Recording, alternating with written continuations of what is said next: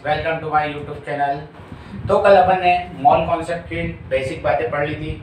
आज उसी mall concept पर आपको न्यूमेरिकल क्वेश्चन करवाए जाएंगे और आपको कुछ क्वेश्चन भी दिया था। मैंने एक क्वेश्चन दिया था, उसको पहले अपन सॉल्व करते हैं। सबसे पहले अपन ने क्या सीखा था कल, उसको रिवाइज कर लेते हैं। जैसे किसी भी क्वेश्चन को अपन को दे तो सबसे पहले अपन को क्या करना पड़ेगा, उसका मोल समीकरण लिखना पड़ेगा।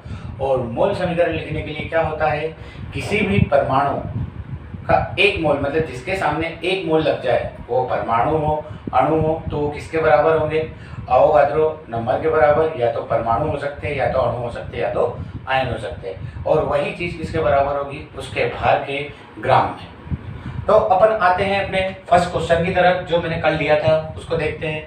Na2CO3 के 5 मोलों में अणुओं की संख्या बताइए। तो सबसे पहला काम अपन को क्या करना पड़ेगा, Na2CO3 का क्या लिखना पड़ेगा, मोल समीकरण।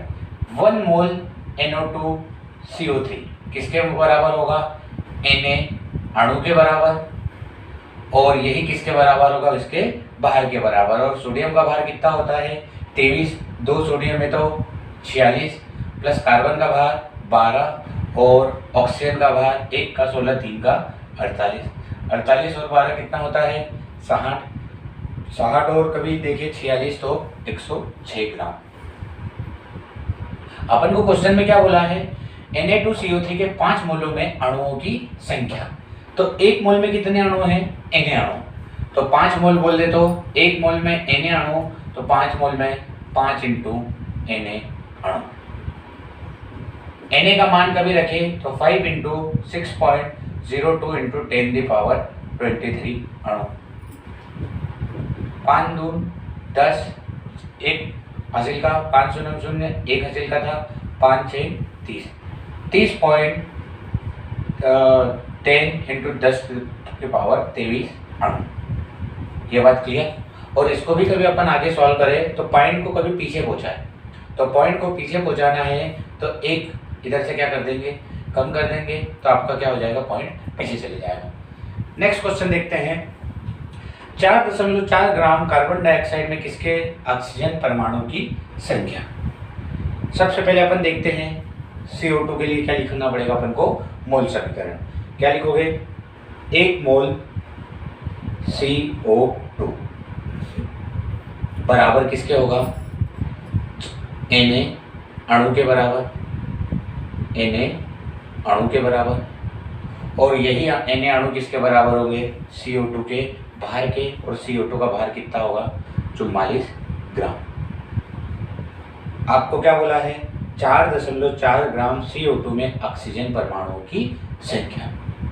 तो सबसे पहले तो अपन क्या कर सकते हैं, अपन यहाँ देखिए तो एक मोल में ऑक्सीजन कितना है, एक मोल में ऑक्सीजन कितना है अपने पास, 2 मोल ऑक्सीजन के हैं। और कार्बन के कितने मोल हैं, 1 मोल। 2 मोल ऑक्सीजन के मतलब कितने परमाणु होंगे, 2 इंटू Na परमाणु। और यहाँ पे कितने होंगे, 1 इंटू Na परमाणु। 1 मोल कार्बन डाइऑक्साइड में ऑक्सीजन के कितने परमाणु हैं, 2 इंटू Na परमाणु। तो एक काम करिए, पहले तो क्या कर दो आप, 4.4 ग्राम में पहले किसके मोलों की संख्या निकाल लो, कार्बन डाइऑक्साइड के मोलों की संख्या। देखो 1 मोल में कितने, 2। तो यहाँ पर जो आंसर आएगा, जितने मोल आएंगे कार्बन डाइऑक्साइड के, उतने ही किसके परमाणुओं की संख्या हो जाएगी, उसका डबल ऑक्सीजन के परमाणुओं की संख्या। तो यहाँ पर अपन देखते हैं 44 ग्राम में कितने मोल है कार्बन डाइऑक्साइड के, 1 मोल। तो 1 ग्राम में कितने मोल होंगे, 1 ग्राम में कितने मोल होंगे, ये 44 कहाँ जाएगा, बटे में, तो 1/44 मोल होंगे किसके, कार्बन डाइऑक्साइड में। क्वेश्चन कितना है, 4.4 का, 1/44 मोल 1 ग्राम में, तो 4.4 ग्राम में कितने मोल होने वाले हैं, 4.4 का क्या कर दो, मल्टीप्लाई। पॉइंट हटाया तो क्या लगा, 0। 44 एकम 44 और 0। 1/10 का मतलब क्या होगा, 0.1 मोल। 0.1 मोल क्या, कार्बन डाइऑक्साइड। अब कभी बात करें, 1 मोल अपने पास CO2 था, तो कितने थे, 2 Na परमाणु। अब अपने पास CO2 कितने मोल है? 0.1 मोल। 0.1 मोल कौन है? CO2। 0.1 मोल में ऑक्सीजन कितने हैं? 2 मोल। और ऑक्सीजन के मोलों की संख्या बतानी है तो Na परमाणु इंटू 2 इंटू 0.1 परमाणु, इसका मल्टीप्लाई करोगे तो आपको क्या आ जाएगा? ऑक्सीजन के परमाणुओं की संख्या। अगले क्वेश्चन की बात करते हैं। सोडियम फेरोसाइनाइड के 2 मोल सोडियम परमाणु की संख्या। 2 मोलों में सोडियम परमाणु की संख्या। पहले तो पता क्या होना चाहिए सोडियम फेरोसाइड का फार्मूला, Na4FeCN6। सोडियम फेरोसाइनाइड के 2 मोलों में सोडियम परमाणुओं की संख्या। तो सोडियम फेरोसाइनाइड मतलब Na4FeCN6 का कभी मैंने 1 मोल लिया। 1 मोल में सोडियम कितने हैं? 4 सोडियम के मोल हैं। आयरन के कितने मोल हैं? 1 मोल है। और साइनाइड ग्रुप के कितने मोल हैं? 6 मोल है। साइनाइड के कितने मोल हैं? 6 मोल है। अपन को किससे मतलब है?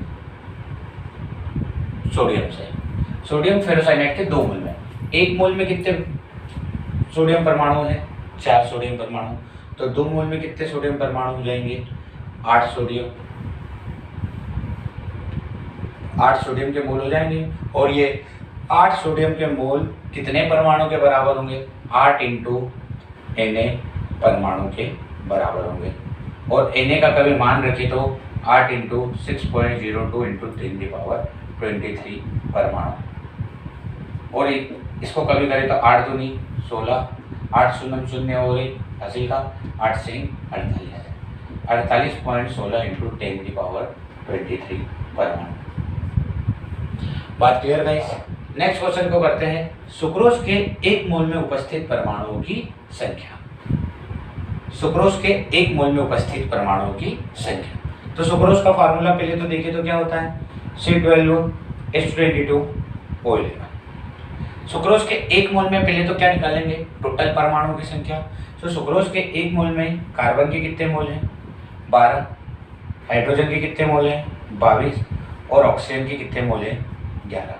ये परमाणु हैं। 1 मोल में 12 कार्बन के परमाणु, हाइड्रोजन के 22 परमाणु और ऑक्सीजन के 11 परमाणु। अब कभी इसकी बात करें तो ये किसके बराबर होंगे? टोटल कभी बात कर लो तो टोटल कितने परमाणु हो गए? 2 1 3 4 5, 1 2 3 और 1 4, 45 परमाणु टोटल है इसमें। और ये 45 मोल, कभी 45 मोल बोले टोटल इसमें सुक्रोज के फार्मूले में कितने मोल हैं? 45 मोल। और ये 45 मोल किसके बराबर हो जाएंगे? 45 इंटू Na अणु के बराबर। Na परमाणु की बात कर रहे हैं तो Na परमाणु के बराबर। ओके गाइस, ठीक है। अगले क्वेश्चन की बात करें तो अगला क्वेश्चन है अपना 4.25 ग्राम अमोनिया में परमाणुओं की संख्या। क्या बोला है? 4.25 ग्राम अमोनिया में परमाणुओं की संख्या। तो इसके लिए मोल समीकरण कैसे बनाओगे? पहले कितना लिया? 1 मोल अमोनिया। 1 मोल अमोनिया। अमोनिया में कभी देखिए तो कितने यहाँ पर परमाणु उपस्थित है? 1 नाइट्रोजन का परमाणु है और 3 हाइड्रोजन के परमाणु है। मतलब कितने मोल उपस्थित है? 4 मोल। और 4 मोल में भी कभी देखिए तो यहाँ पर कितने परमाणु होंगे? 4 इंटू Na परमाणु। 4 इंटू Na परमाणु। 1 मोल अमोनिया किसके, इसमें कितने मोल है? 4 मोल, 1 नाइट्रोजन का और 3 हाइड्रोजन के मोल। और 4 मोल कितने परमाणु होंगे? 4 इंटू Na परमाणु। और यदि इनका भार देखिए तो नाइट्रोजन का कितना है? 14 और हाइड्रोजन का कितना है? 17 ग्राम। अपन को जो क्वेश्चन बोला है कितने का बोला है? 4.25 ग्राम में क्या निकालना है अपन को? परमाणुओं की संख्या। 17 ग्राम में कितने परमाणु हैं? 4 इंटू Na परमाणु। 17 ग्राम में 4 इंटू Na परमाणु है। तो 1 ग्राम में कितने होंगे? 17 कहाँ गया? नीचे। और अपन को निकालना कितना का है? 4.25 ग्राम में परमाणुओं की संख्या। तो 4 इंटू Na बटे 17 गुणा 4.25 ग्राम। यहाँ पर आप कभी सॉल्व करोगे तो आपको क्या जाएगी 4.25 ग्राम में परमाणुओं की संख्या। क्लियर बात। इसको भी कभी सॉल्व करें तो 4 और इसका गुणा हुआ तो आएगा 17.00 इंटू Na/17। 4.25 का 4 गुना 17 से 17 कट बचा कितने Na परमाणु, और Na का मान कितना होता है 6.02 गुणा 10⁻23 परमाणु उपस्थित होंगे। अगली बात करते हैं 16 ग्राम ऑक्सीजन में परमाणुओं की संख्या। 16 ग्राम ऑक्सीजन में परमाणु की संख्या मैंने क्या ले लिया, 1 मोल ऑक्सीजन किसके बराबर होंगे 6.02 गुणा 10⁻23 परमाणु के बराबर, क्योंकि ये अकेला है। इतनी बात क्लियर। और यही किसके बराबर होंगे, इसके भार के। ऑक्सीजन का भार कितना होता है 16 ग्राम। क्वेश्चन में भी यही पूछा है 16 ग्राम ऑक्सीजन में क्या बोलना है परमाणु की संख्या। तो 16 ग्राम में कितने परमाणु दिख रहे हैं 6.02 गुणा 10⁻23। अब जो क्वेश्चन है आपका एक बहुत ही अच्छा क्वेश्चन है मोल के कॉन्सेप्ट पे।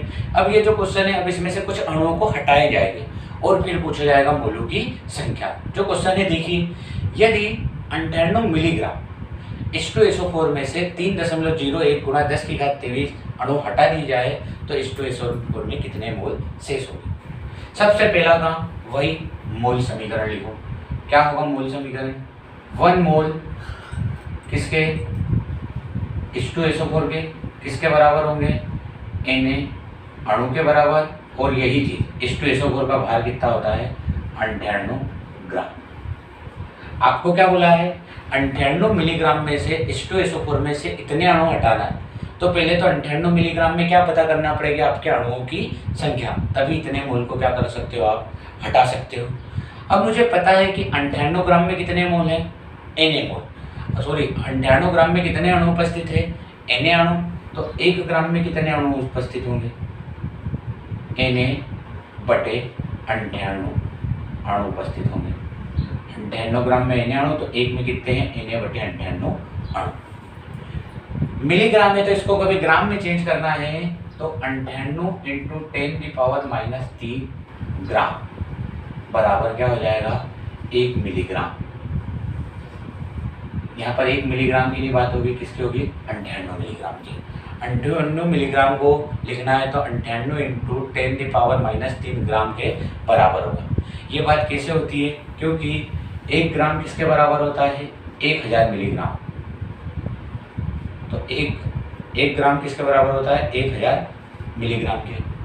अगर 1 मिलीग्राम पूछे तो 1/10⁻³ और ये 10⁻³ ऊपर गया तो -3। अपन को निकालना है 98 का, तो 98 इंटू 10⁻³ ग्राम। 1 ग्राम में H2SO4 में कितने अणु हैं, अपन को कितने का निकालना है 98 इंटू 10⁻³ ग्राम के लिए निकालना है। तो इसमें क्या कर देंगे गुणा Na/98 गुणा 98 गुणा 10⁻³ 98 से 98 कट, इधर क्या बचेगा 6.02 गुणा 10⁻23 और -3, मतलब कितने अणु बचेंगे 10⁻20 अणु। ये किस में अणु आए 98 मिलीग्राम में इतने अणु हैं। अब इतने अणु में से कितने अणु हटा दो 3 गुणा 10⁻23, मतलब 6.01 गुणा 10⁻23 में से माइनस कर दो 3.01 गुणा 10⁻23। 10⁻23 क्या हो गया कॉमन, 6 में से 3 जाएगा तो कितना बचेगा 3 गुणा 10⁻23 अणु बच गए। अब 3 गुणा 10⁻23 अणु में अपन को क्या बताना है मोलों की संख्या। तो इतने Na अणु में कितने मोल थे 1 मोल। Na अणु में कितने मोल थे 1 मोल। तो 1 अणु में कितना मोल होगा, 1 अणु में जो मोल होंगे 1/Na मोल। अपने पास कितने अणु हैं, इतने अणु में मोलों की संख्या निकालना है। 3 गुणा 10⁻23 अणु में मोलों की संख्या, मतलब 3 गुणा 10⁻23 बटे Na का मान 6.02 गुणा 10⁻23। 10⁻23 से 10⁻23 कट 3/6 मतलब आधा, और आधे का मतलब क्या होगा 0.5। ये आपका आंसर होगा गाइस। इसमें कभी देखें तो पहले इतने मिलीग्राम में अपन ने अणुओं की संख्या निकाली और इतने अणु को किसमें चेंज कर दिया मोलों की संख्या। अगली बात करें तो एनटीपी पर ऑक्सीजन के 5.6 लीटर में मोलों की संख्या। मैंने आपको बात बताई थी एनटीपी और एसटीपी। एनटीपी पर और एसटीपी पर किसी भी मोलों की संख्या किसके बराबर होगी? 22.4 लीटर के बराबर होगी। तो इस क्वेश्चन को सॉल्व करते हैं गाइस। किसकी बात कर रहा है? ऑक्सीजन के 5.6 लीटर में मोलों की संख्या निकालिए। तो वही बात अपन स्टार्ट करते हैं। एक मोल क्या ले लिया? O2 किसके बराबर होगा? Na अणु के बराबर होगा। और यही चीज़ किसके बराबर होगी? 32 ग्राम के बराबर होगी। और यही चीज़ किसके बराबर होगी? एनटीपी और एसटीपी पर 22.4 लीटर के बराबर होगी। 22.4 कितने मोल के बराबर है? एक मोल के। अपन को कितने का पूछा है? 5.6 का। तो 22.4 एक मोल के, तो 1 लीटर किसके बराबर? 1/22.4 लीटर के बराबर। अपने को क्वेश्चन में क्या दिया है? 5.6/22.4। पॉइंट से पॉइंट कट। 56 का कभी पहाड़ा ले तो कितना आएगा? 1/4। 1/4 मोल। और 1/4 मोल का ही मतलब होता है 0.25 मोल। ठीक है, इतनी बात क्लियर गाइस। नेक्स्ट टॉपिक में अपन जो देखेंगे वो पढ़ेंगे रस समीकरण मितीय गुणांक। ये टॉपिक तुम्हें कभी अच्छा लगता हो तो please like share and subscribe करिएगा। ठीक है, थैंक यू।